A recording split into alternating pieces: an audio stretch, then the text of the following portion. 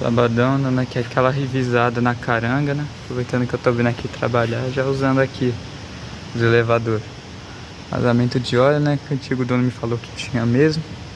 Ele não conseguiu achar, mas beleza, já identifiquei aqui pra onde tá vindo. Aqui pelo cavalete do filtro de óleo do motor. Talvez possivelmente até pela junta do cárter. Que vai ser limpar, trocar essa peça aí e ver se vaza de novo. Tinha um barulho aqui também no lado esquerdo que eu não aguentava, mas ficou vendo aquele toque-toque. Já consegui identificar aqui também de onde que é. Ó.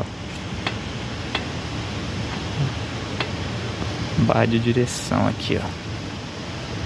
Braço axial de direção. Ele tá com uma folga nesse sentido aqui também. O pivô aqui da bandeja tá ruim também, tá fazendo um barulho aí, ou logo mais vai começar a fazer.